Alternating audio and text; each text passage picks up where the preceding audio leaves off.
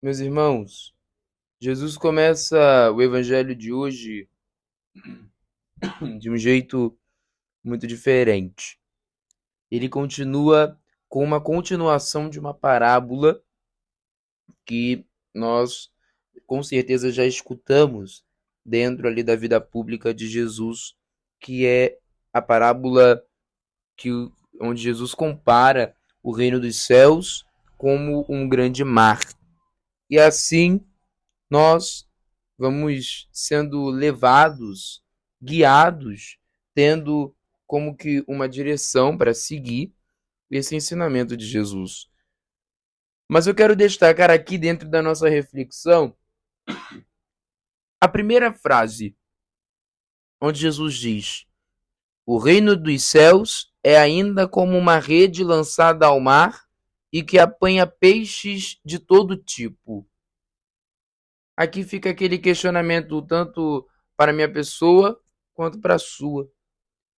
Qual é o tipo de mar que nós estamos nadando? Claro que nós precisamos sempre buscar o mar de Deus, o mar onde eu não vou me sentir perdido, o mar onde eu sei que Deus vai me encontrar, o mar em que vão existir as tribulações, as dores, as angústias. Vão vir dias difíceis, dias tensos, mas a gente não desanima, porque juntos a gente vai vencendo. Por isso, esse é o questionamento que fica tanto para mim quanto para você.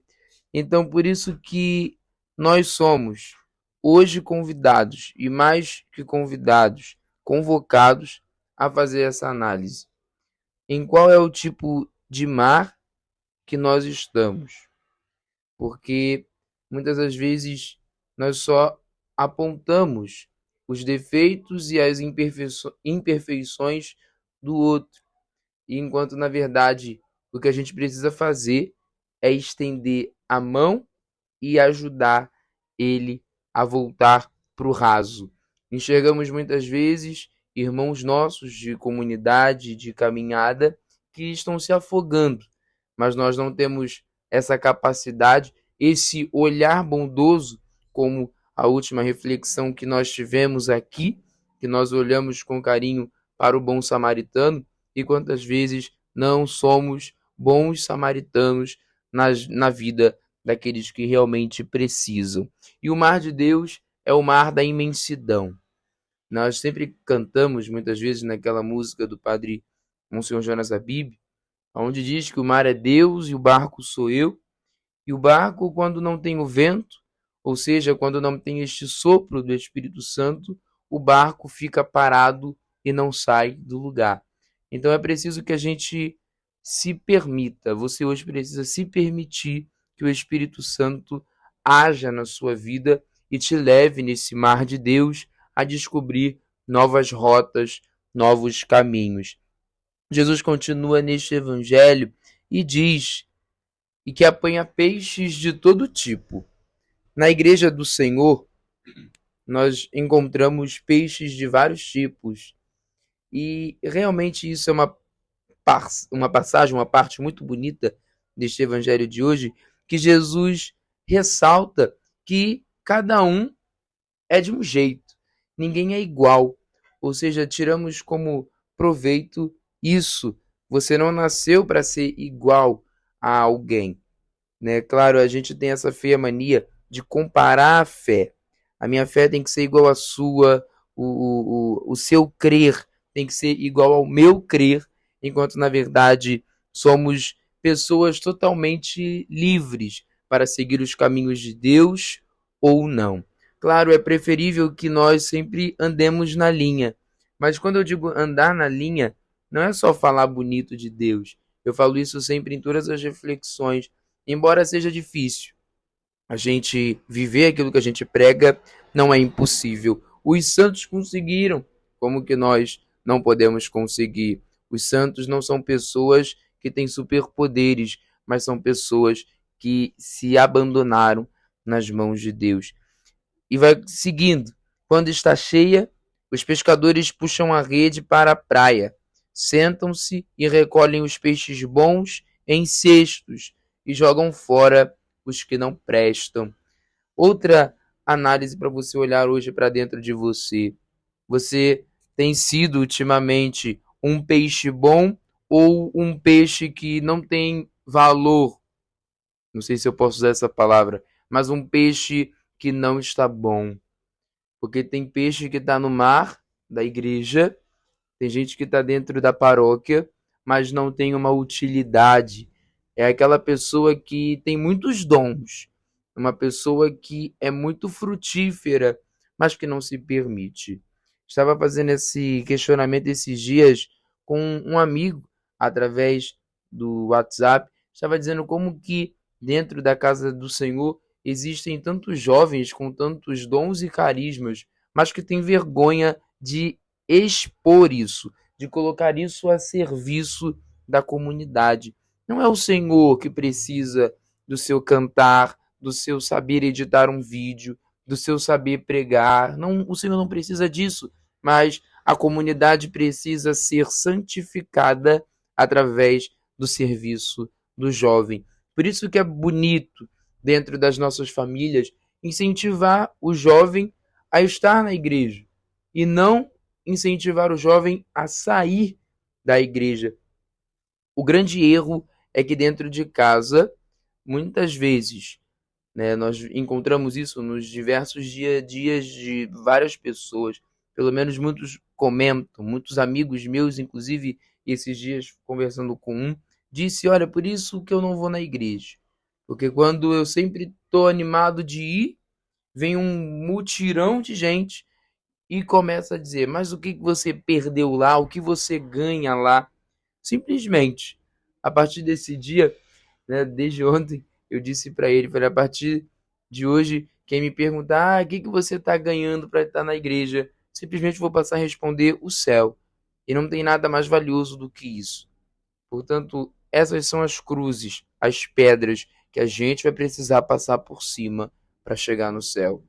Não é questão de valor financeiro. Realmente, ir para a igreja não me dá um pagamento, mas ir à igreja sempre é professar com o viver que Jesus é o Senhor da minha vida, o centro da minha vida. Sem Ele nada faz sentido, sem Ele não tem razão, sem Ele não tem porquê das coisas serem feitas. Por isso que nós sejamos peixes úteis no mar de Deus. Peixes que, quando outros precisarem se alimentar de nós, que possam ser saciados. O peixe é alimento, mas ao mesmo tempo, o peixe é aquele que está sempre conhecendo um caminho novo no meio do mar. Por isso que nós possamos desbravar e dar o passo em novas aventuras. Jesus vai falando, assim acontecerá no fim dos tempos.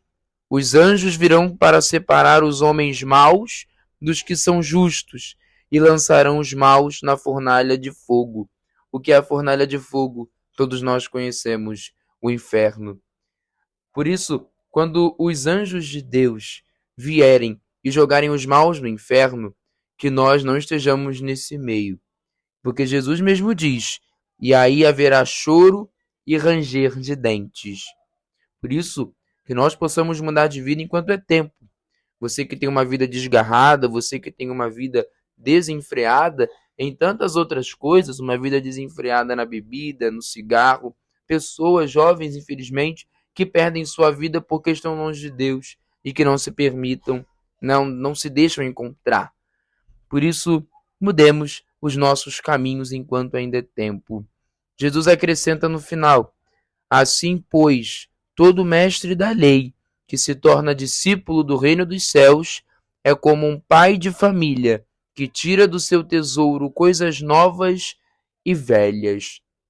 Olha Jesus mais uma vez mexendo na ferida dos nossos corações.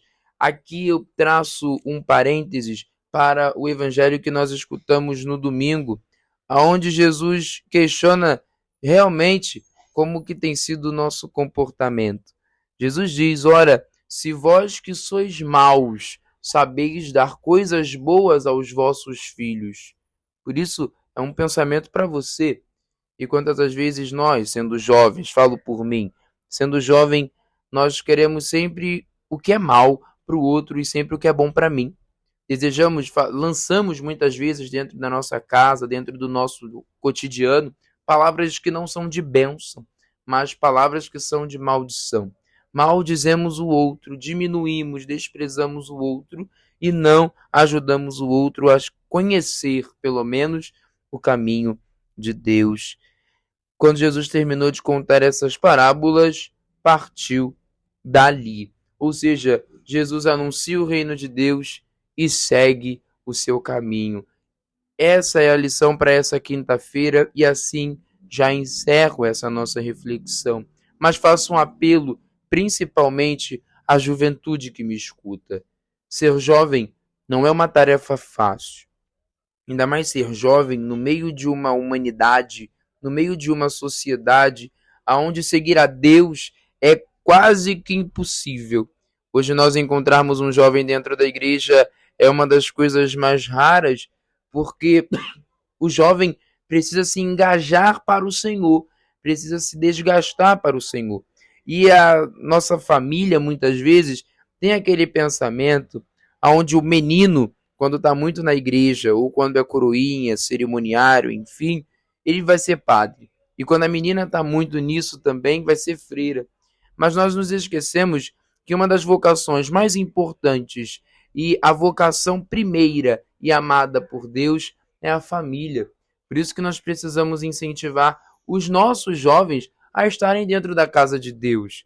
Porque muitas vezes é dentro de um grupo jovem que nasce um verdadeiro pai, uma verdadeira mãe de família.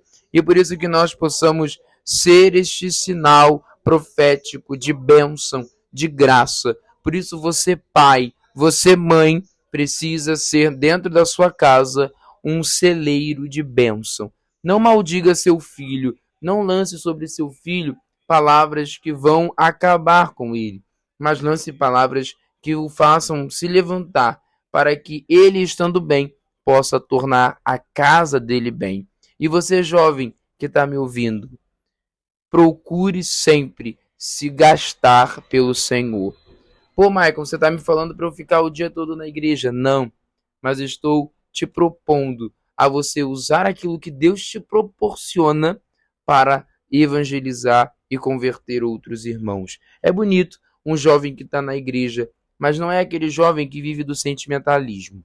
O jovem que está na igreja, eu quero sentir alguma coisa, eu quero sentir o amor de Deus. De novo, o amor de Deus não é um sentimento. Deus é uma pessoa e Ele está disposto a amar você. Esse discurso nós já estamos fartos de escutar. Mas quando é que nós vamos passar a ter a atitude do bom samaritano, mais uma vez, para ajudar outros jovens que estão no mundo, amigos nossos, dentro da faculdade, da escola, do condomínio, os nossos amigos aqui fora, quando nós vamos tomar atitude e chamar eles para ir na igreja? Porque se eles nos chamam para ir numa festa, para ir em alguma coisa, nós vamos como ovelhas cegas e vamos atrás deles. Mas quando nós que inverteremos o papel, nós chamaremos quando? Quando o mundo estiver para acabar? Esse é o questionamento que deixo aqui nesta quinta-feira, para que eu e você possamos pensar o que nós estamos fazendo para chegar no reino de Deus. Louvado seja nosso Senhor Jesus Cristo, para sempre seja louvado.